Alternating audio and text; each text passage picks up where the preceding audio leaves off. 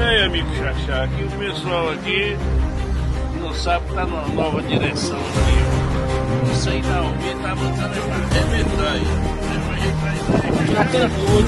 E sempre de acontecer algum acidente. Oi, Xaxá, dessa vez, irmão, você vai entrar pra bater a meta.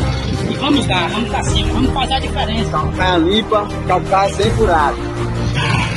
Qual é a situação da nossa buraqueira? Aí, pessoal. Olha, como é que tá? Tá o carro passando em carro. Tá vendo?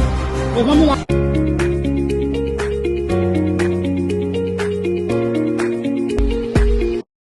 Quero agradecer ao meu amigo Bebeto, que tem atendido mais um ofício nosso.